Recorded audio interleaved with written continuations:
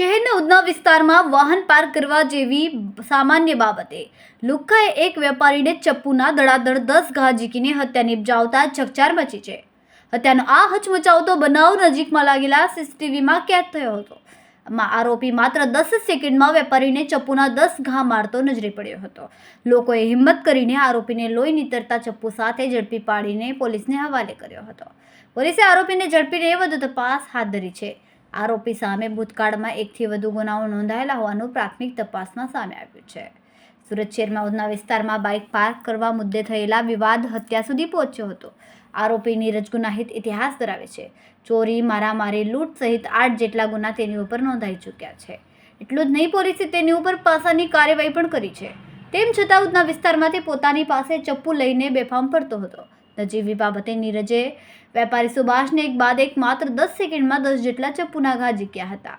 ગુનાહિત ઇતિહાસ ધરાવતા નીરજ પર કોઈ હુમલો ન કરે તે માટે પોતાની સાથે હંમેશા ચપ્પુ રાખતો હતો. વેપારી સુભાષની હત્યાનો બનાવ સીસીટીવીમાં કેદ થયો. ગઈકાલે ઉધના પોલીસ સ્ટેશન વિસ્તારમાં મહાવીર કોમ્પ્લેક્સ પાસે એક હત્યાનો બનાવ બન્યો હતો. આ બનાવમાં જે ભોગ બનનાર છે એ ત્યાંના પોતાનો તે માર્કેટના વેપારી જ છે. તેને પોતાની સેલ્સની દુકાન છે.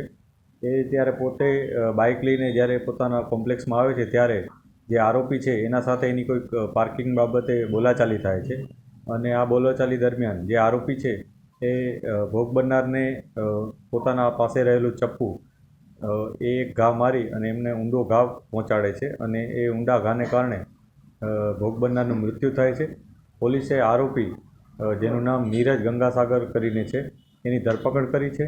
અને એનો જે ગુનાહિત ઇતિહાસ છે એ પણ અમે તપાસ્યો છે. આરોપી અગાઉ ચોરીના ને એવા પ્રકારના ગુનાઓમાં સંડોવાયેલ હતો અને પોતે કોઈ નિશ્ચિત જગ્યાએ રહેતો નથી. એ ફરતો રહેતો હોય છે, ગમે ત્યાં સૂઈ જાય છે. ગઈકાલની જે ઘટના છે એમાં પણ આરોપી હતો એ ત્યાં અગરબત્તીની દુકાનમાં નોકરી કરવા માટે આવ્યો હતો અને નોકરીની પૂછતાછ કરી રહ્યો હતો. ત્યાં ઊભો હતો અને ત્યાં જ સવારના સમયમાં સૂઈ પણ રહ્યો હતો. એ પ્રકારનું ઇન્ટ્રોગેશનમાં પોલીસને એણે જણાવ્યું છે. પોલીસ એના ઇન્ટ્રોગેશનના જે માહિતી છે એ વેરીફાઈ કરી રહી છે. આ ઉપરાંત જે આસપાસના લોકો છે એના નિવેદનો પણ પોલીસે લીધા છે. અને આ કેસ જે FSL પણ અમે બોલાવી હતી. આ કેસ મજબૂતાઈથી તૈયાર થાય એ પ્રકારનું પોલીસની તૈયારી છે.